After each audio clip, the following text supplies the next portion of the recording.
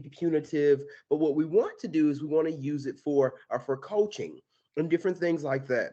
Okay, so we have three different sections. We have classroom instruction, we have instructional approach, and we also have intentional monitoring. Okay, so these particular subject categories can change, because we only use this look for tool every 2 weeks. Every 2 to 4 weeks, we change it based on our goals for that particular walkthrough or for that particular section of that particular subject. So you see the metrics they have: evident, somewhat evident, not evident, and then NA. So you have board configuration, and that's making sure that those standards are correct, the learning target is there, the work period, and everything that your school may require to be on a particular board. So we require an agenda so students know what they're going to start with and what the end is going to be as well, the end result. We also want to make sure that they're on pace, right? So you may need the guide for social studies or math or ELA, whatever the subject is, or whatever whomever the teacher that you're observing for that particular category. And of course, you see you have evident, somewhat evident, and not evident, or NA, right? Because depending on when you walk into that particular classroom, you may come at the beginning, or you may come in the middle, or you may come at the end. So if you come in the middle, of course, you're not going to see the learning target. Excuse me, you still should see that learning target, right? But of course, you may not see the opening of whatever it is that the teacher has planned for that day, right?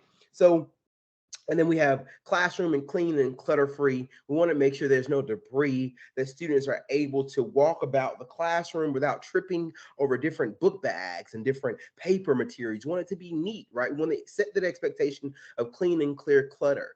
I know for this particular walkthrough tool, we want to make sure that the teacher is adhering to whatever the framework it is, right? So the I do, we do, you do, whatever that model that you may use at your particular school. So we want to make sure that that framework is there. So again, you can do evident, somewhat evident, not evident.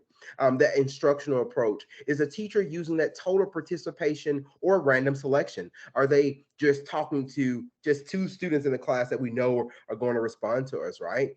Is the teacher providing feedback to advance the learning target? Not saying just good job, oh, I like that, right? You're focusing on a math concept. You're walking around the classroom and you're providing that intentional feedback to whatever the learning target is that day, right? Is it evident, somewhat evident, or is it not evident? And even with the 95% participation rate, so that's 19 out of 20. So we want students actively engaged and participating on the assigned task, right?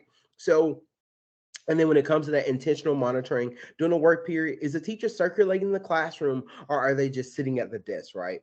During the guided or teacher instruction, are they checking for understanding every 3 to 5 minutes, right? Making sure that we're using those formative assessment to plan and pivot as we should.